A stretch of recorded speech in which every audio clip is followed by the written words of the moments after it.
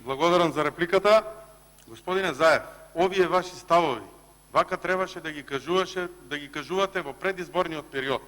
Кога излегувавте и на граѓаните им ветувавте 500 евра просечна плата, 100.000 денари на докторите, чист воздух, тогаш требаше да ги ветите овие работи, а не на начинот на кој што ја формиравте владата, потоа да почнете да работите нешто сосема спротивно од тоа. Граѓаните очекуваат чист воздух кој што го нема, просечната плата од 500 евра, тоа го очекуваат граѓаните, за тоа требаше да им го кажете.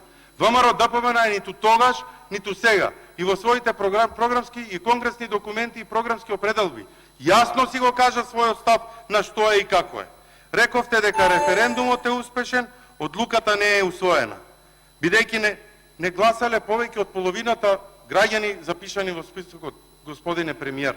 Како можете да не го почитувате гласот на тие граѓаните кои што беа против ова? Јас, господине премиер, влегов во собранието на Република Македонија како пратеник и сакам како пратеник да излезам од истата таа институција со истото тоа име.